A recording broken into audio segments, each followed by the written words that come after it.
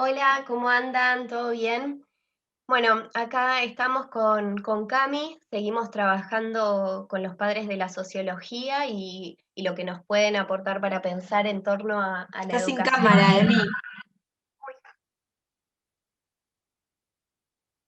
Ahí está, ahí va. Ahora sí. Y qué nos permiten pensar en esta relación de la educación con las relaciones sociales, con las desigualdades sociales. En la clase de hoy vamos a estar trabajando con Weber, otro de los padres de la sociología, y en particular vamos a estar trabajando sobre algunos conceptos de él que tienen que ver con la acción racional con arreglo a fines, que ahora en un ratito ya vamos a ver de qué se trata. Vamos a estar trabajando también con un concepto que es el de burocratización, más enfocado en lo que tiene que ver con la educación en el capitalismo moderno. Ahora bien, vamos a ir contándoles un poco quién es Max Weber. Ahí tenemos la fotito de Weber, que era un sociólogo, economista, jurista, historiador y politólogo alemán que nació en el año 1864 y murió en 1920. Y está bueno tener en cuenta un poco el contexto en el que influenció, digamos, su obra, que tiene que ver con el desarrollo de la sociedad capitalista en Alemania a principios del siglo pasado. Digamos, todo esto tiene que ver con el avance de la industrialización, digamos, que se había logrado a través del desarrollo, del progreso de la ciencia y la ingeniería, y teniendo en cuenta que el capitalismo moderno, que es el cual él va a profundizar, tiene características particulares que se vinculan, digamos, con los aspectos más racionales, que se basan en la eficacia, y que están vinculados al cálculo de los costos y los beneficios, digamos. Y esto va a tener un impacto que va más allá de lo económico, sino que también tiene que ver con las relaciones sociales dentro de la sociedad y, digamos, que van a priorizar determinadas acciones en lugar de otras. Y bueno, como decía, tiene un impacto importante en las relaciones sociales. Como les decía antes, uno de los conceptos principales que trabaja Weber tiene que ver con la acción social. Nos define acción social como un hacer interno o externo, un omitir o permitir orientado a la acción de otros, que también tiene que ver con el tiempo pasado, presente o futuro, y está vinculado con la importancia del sentido que los actores le dan a sus acciones. Es decir, la acción social está vinculada a la acción que yo realizo pensando en teniendo determinadas expectativas con respecto al accionar de otras personas. Siempre la acción social va a estar mediada, digamos, por los otros, por las relaciones sociales, está orientada a otras personas. Esa es, digamos, la diferencia que tiene la acción social en relación con la acción a secas. Vamos a ver, Perdón, puedo, Emi, puedo agregar una cosita ahí. sí, Me parece importante acá que se comprenda que Max Weber estaba pensando la sociología. Así como Durkheim pensaba la sociología y pensaba que la unidad de análisis de la sociología eran los hechos sociales, ¿se acuerdan que lo vimos en la clase pasada? Recuerden esa definición de hecho social, de la importancia de la sociedad sobre los individuos. Durkheim va a pensar, Weber va a pensar la sociología, la unidad de análisis de la sociología es la acción social. O sea, la sociología va a intentar comprender la acción social, que ya ahí tenemos una diferencia con Durkheim, que lo pensaba desde la sociedad, ya en Weber hay una idea del sujeto y de las acciones y el sentido que le dan los individuos a sus acciones. bien, vamos a ver que Weber distingue cuatro tipos de acción social, digamos. Hay que tener en cuenta de que estos tipos que él construye le ayudan a analizar la realidad, digamos, ayudan a comprender y ordenar las acciones y el sentido precisamente que las personas le otorgan a estas acciones. Tiene que ver con los motivos, tiene que ver con las finalidades, digamos, que las personas le atribuyen precisamente a acciones que llevan. Es necesario que tengamos en cuenta que en la vida cotidiana no es que nos encontramos con estas acciones en su estado puro, por así decir. Es decir, no es que se va a accionar solo en relación con aspectos tradicionales o con los tipos de acción social afectiva, por ejemplo, sino que los vamos a ir encontrando mezclados en la sociedad. Los 4 tipos que Weber distingue son, en primer lugar, el racional con arreglo a fines, que está determinado por el logro de los objetivos propios, racionalmente sopesados, pensados, perseguidos, y acá vemos cómo, digamos, está implicado lo que tiene que ver con el cálculo, por ejemplo, de costos y beneficios, las expectativas que yo le pongo a la acción de los otros, calculando siempre esta cuestión de costos y beneficios, por así decirlo de alguna manera, midiendo lo que yo hago en relación con el objetivo, con la meta, con el resultado que voy a obtener en relación con la acción que yo llevo a cabo. Después, por otra parte, tenemos la acción tradicional, que está determinada por el arraigo a costumbres. Luego tenemos la acción racional con arreglo a valores, que se define por la creencia de los valores propios sin que se esperen resultados. Ahí vemos una diferencia clara con la acción racional con arreglo a fines. Y por último, tenemos la acción afectiva, que está determinada, digamos, por los afectos, por los estados sentimentales. Ahora bien, es necesario tener en cuenta que la acción que vamos a estar retomando y que nos interesa particularmente es la acción racional con arreglo a fines, que es la que está más vinculada al capitalismo moderno, precisamente por las características que presenta.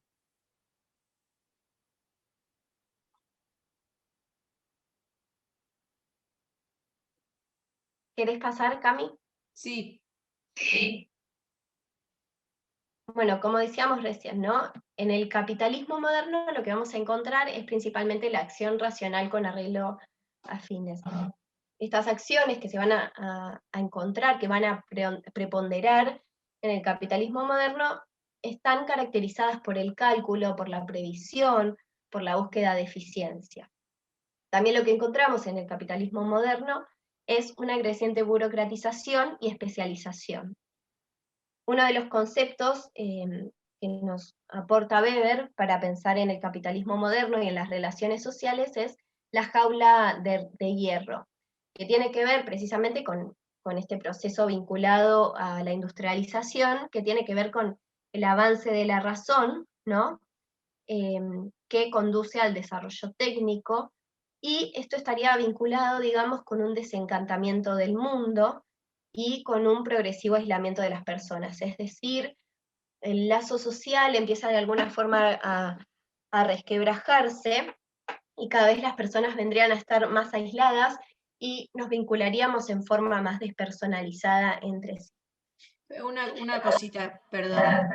Sí. Quiero agregar una cosa en relación a este concepto de desencantamiento del mundo, que quizás no se termina de comprender si no se pone en juego, que un poco a lo que hace referencia es que Weber estaba viendo también, digamos, el sistema anterior, que era el feudalismo, y en donde la religión tenía un peso muy importante sobre la vida de los individuos, ¿no? El capitalismo, la modernidad, a partir de la Revolución Industrial y la Revolución Francesa, va a traer esta creciente racionalización, como contaba Emi, y por eso se habla de desencantamiento del mundo, porque hay como una pérdida ahí en el sentido de la religión, que deja de ser como el centro, y pasa a ser el centro, por ahí el individuo, la razón, la, la industrialización, la búsqueda de cada vez más ganancias, etcétera, etcétera. Pero la idea de desencantamiento del mundo tiene que ver con eso, ¿no? Como que se pierde ese velo de, eh, digamos, esa, esa cosmovisión que daba la religión se pierde y da lugar a esa nueva etapa que es lo que se configura con el capitalismo. Bien. Por último, bueno, remarcar que una de las características del capitalismo moderno tiene que ver con la enseñanza de habilidades, de destrezas, que son acordes a las necesidades del sistema capitalista. Digamos que también está muy vinculado al proceso de especialización y de burocratización, donde uno va estudiando, se va especializando para obtener un diploma o un título, que es lo que luego habilita, digamos, a especializarnos y a trabajar en determinado ámbito de la sociedad, ¿no? Que precisamente, bueno, deviene sumamente importante poder contar con este diploma, con este título, para vincularnos precisamente. Ahora, bueno, lo que vamos a ir haciendo es hablar un poco más de qué se trata la burocratización, ¿sí? Concepto fundamental en Weber, para después también pensarlo en relación con la educación. ¿Qué tenemos que tener en cuenta de la burocracia? La burocracia surge como una organización social que es propia del capitalismo moderno. Lo que tiene por objetivo es lograr un correcto funcionamiento y organización del trabajo para conseguir la eficiencia administrativa. Se caracteriza por la jerarquización de funcionarios claramente delimitada, donde sus miembros se organizan en torno a reglas previamente escritas para establecer los derechos y obligaciones, y requiere de especialización y habilidades para alcanzar un título o diploma, esto que les comentaba recién. Es importante tener en cuenta, digamos, cómo esta burocratización va conduciendo a lo que mencionábamos antes de la despersonalización, del trato impersonal que sucede entre las personas, y, y que, bueno, que la burocracia es un aspecto fundamental que analiza Weber. Y otra cuestión que me interesaría resaltar es que también desde el sentido común, ¿no? Ya que venimos durante estas clases y también ustedes vienen trabajando con Natalia, esta diferenciación entre sentido común y sociología, digamos, lo que nos aporta la sociología, tener en cuenta que muchas veces también el sentido común define a la burocracia como algo, podría decir, inútil, rutinaria, ineficiente, que nos aliena constantemente.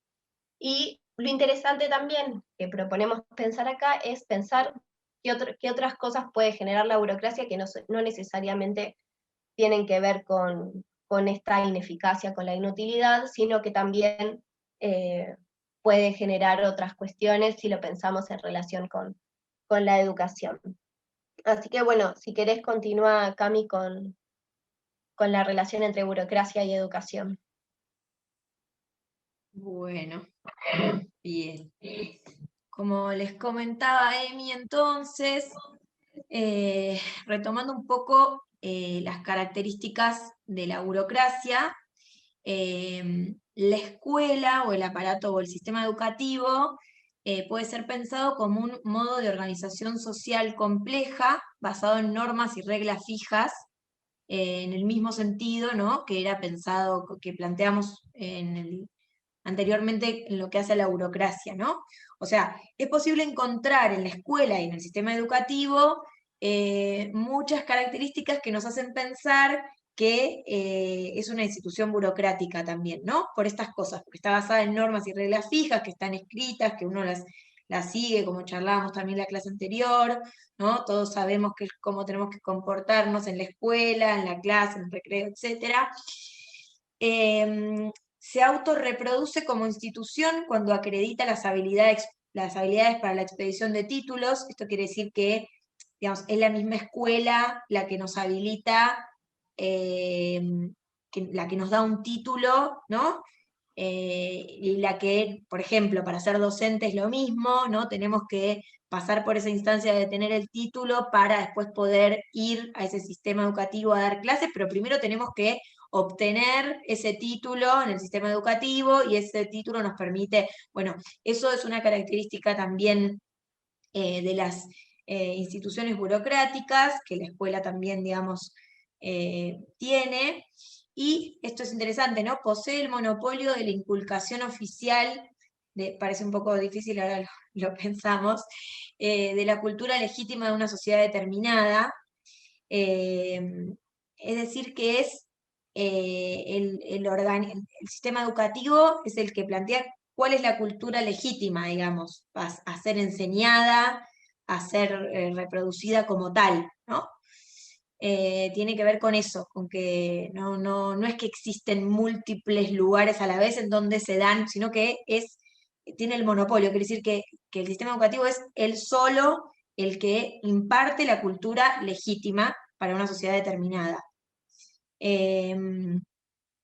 Bueno, el currículum tiene que ver, porque por ahí también currículum es un concepto difícil, pero tiene que ver con, digamos, la currícula que bajan los ministerios de educación para cada año, para cada lugar, ¿no? Que uno como docente tiene que trabajar con ese currículum, que es como la base donde uno tiene que trabajar, y después, bueno, ahora vamos a charlar un poco de eso, del rol del docente. Pero bueno, en este modelo de burocracia y educación se estandarizan los currículums, ¿no? Que están caracterizados por instancia marco central. Lo que hace referencia es que los ministerios, básicamente, son los que bajan, eh, digamos, los currículums están pensados de arriba hacia abajo, ¿no? Como que hay un ministerio que baja los currículums a las escuelas de los distintos lugares, ¿no? Esto quiere decir que viene de arriba hacia abajo, no hay una lógica de en cada lugar y con cada característica se arma algo, sino que está centralizado y le baja a los docentes, ¿no? Esa es como la idea de esto. La pregunta que nos hacemos ante estas cuestiones que les vamos exponiendo es si esta creciente burocratización nos lleva a un mundo más despersonalizado, que es todo esto que charlábamos con Emi, ¿no?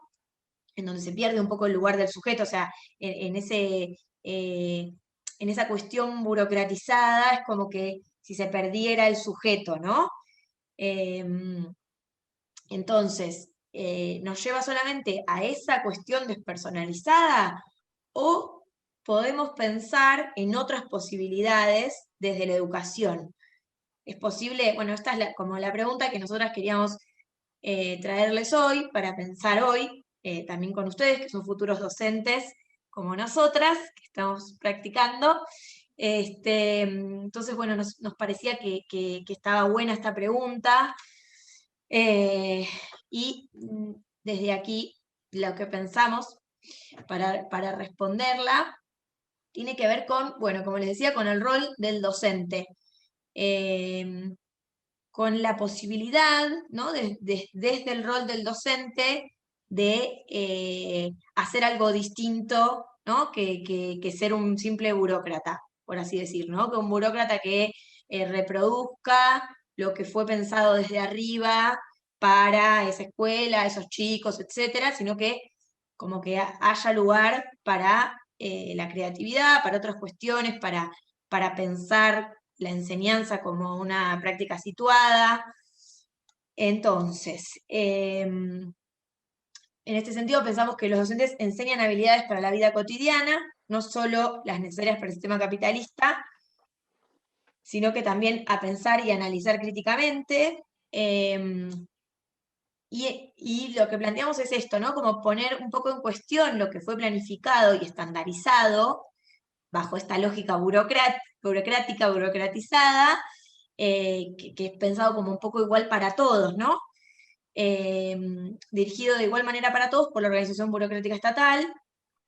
Y entonces, en este sentido, mediante la enseñanza, dar lugar a la valorización, perdón, de las diferencias, teniendo en cuenta la cultura, los intereses de los estudiantes, las condiciones de vida, los tipos de inteligencia, ¿no? Como que ahí se abriría en el rol docente una posibilidad de no ser un mero reproductor, ¿no? Del sistema o de los estándares que fueron planificados por la burocracia estatal, sino de pensar algo diferente y hacer algo diferente que va a tener un impacto también en esos estudiantes.